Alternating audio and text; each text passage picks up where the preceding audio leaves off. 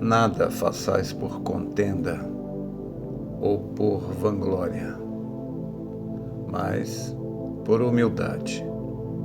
Cada um considere os outros superiores a si mesmo.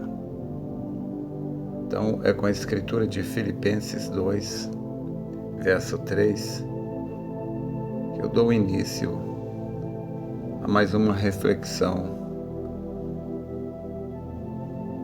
para o dia de hoje.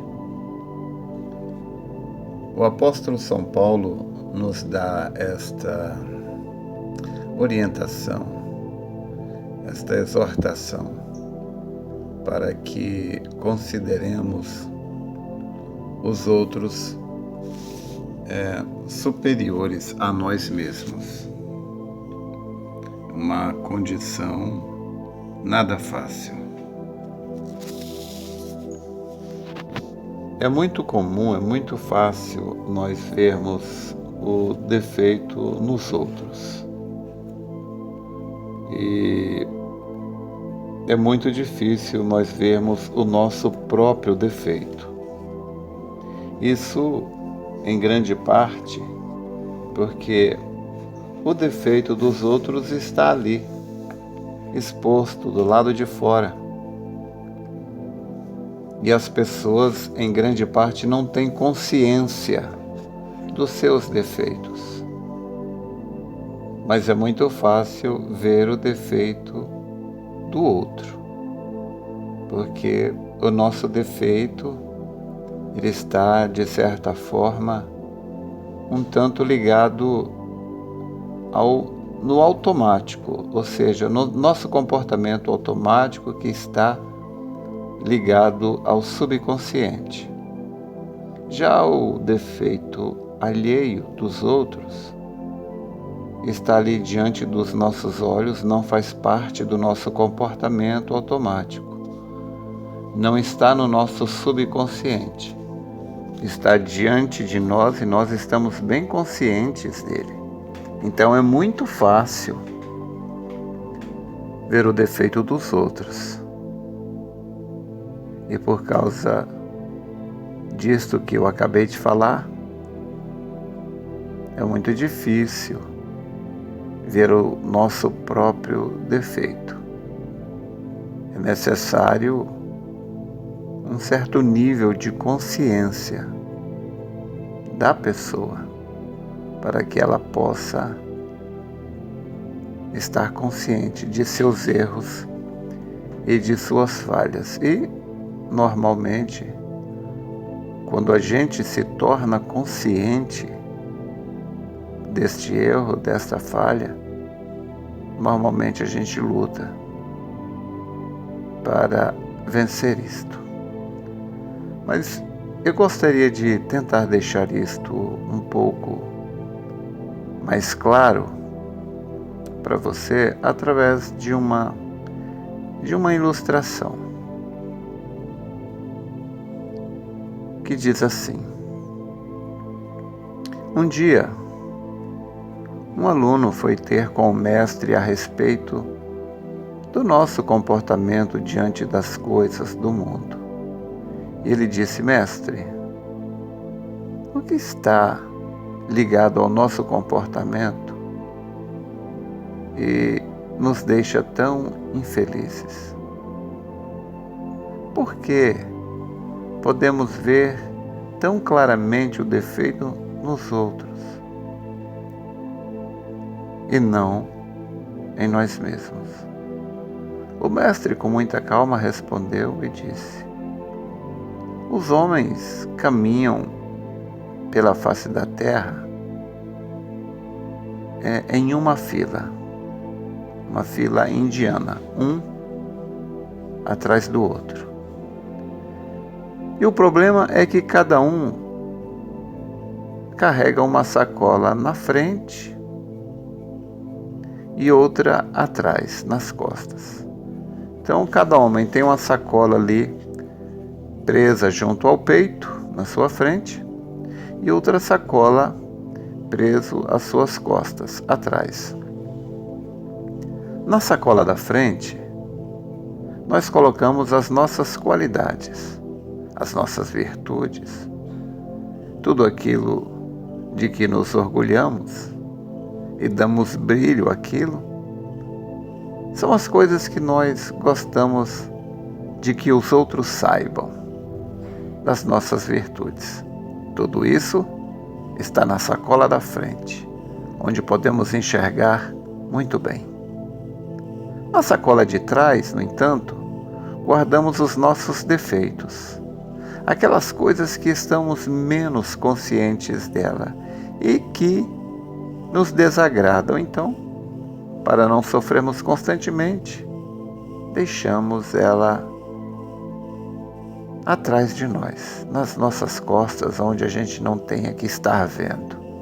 Está lá no subconsciente, no comportamento automático.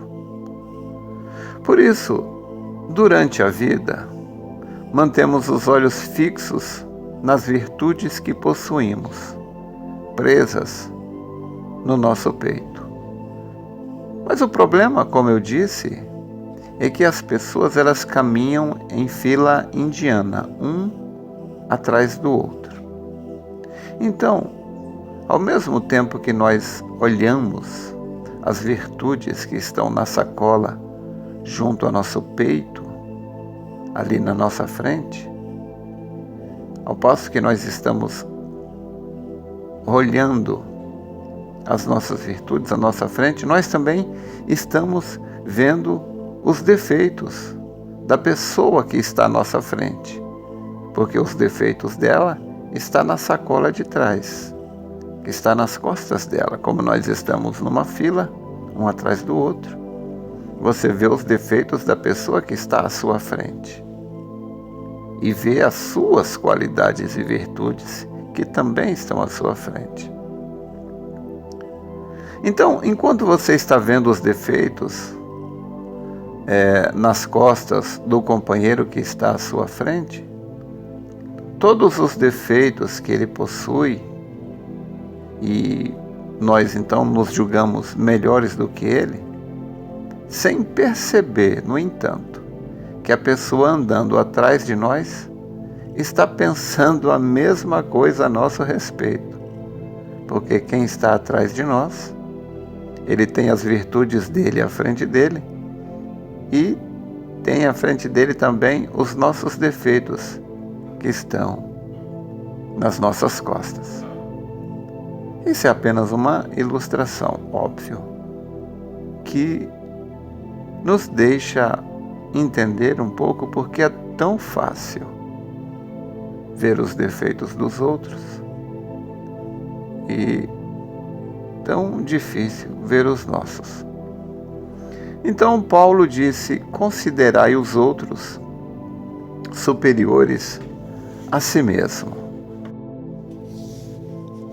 O apóstolo São Paulo, na sua epístola a Tito, capítulo 1, verso 15, tem esta frase, este versículo, este ensinamento tão rico que nós devemos também considerar isto, que é Tito 1,15, diz: todas as coisas são puras para os puros, mas nada é puro para os contaminados e infiéis. Antes o seu entendimento e consciência estão contaminados. Então é muito fácil, né, nós considerarmos a nós pessoas boas e pessoas dignas e condenar o outro porque os defeitos dele estão tão latentes, tão expostos à nossa vista. Que devemos entender isso daí, irmãos. Esta parábola, essa pequena história que eu contei, da fila indiana e da sacola de defeitos e qualidades. Então, do mesmo modo que você está vendo o defeito do outro e você conhece suas boas e maravilhosas intenções, então a gente parece uma pessoa tão boa quando a gente olha nossos objetivos, nossas intenções. Nossas intenções são as melhores possíveis. Muito embora a gente não faça aquilo que a gente tem intenção. Porque quem faz aquilo que ele tem intenção são pessoas muito determinadas e disciplinadas. E quando olhamos, nós não somos esse tipo de pessoa, na maioria das vezes. Então, os defeitos dos outros, diante das nossas tão nobres intenções, os outros parecem realmente pessoas dignas de repreensão e crítica.